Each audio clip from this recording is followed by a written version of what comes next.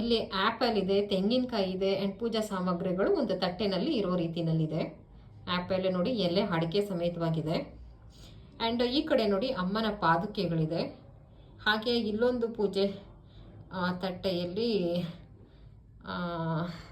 ಗಂಟೆ ಹಾಗೆ ಈ ಥರ ಪೂಜಾ ಸಾಮಗ್ರಿಗಳು ಇದೆ. ಅಲ್ಲಲ್ಲೇ ತಾಯಿಯಿಂದ ಹೂವು ಬಿದ್ದಿರೋ ರೀತಿಯಲ್ಲಿ ಬರ್ತಿದ್ದೀನಿ. ಹಾಗೆ ದೀಪದ ಕಂಬಗಳು ನೋಡಿ ಎಷ್ಟು ಚೆನ್ನಾಗಿ ಬಂದಿದೆ.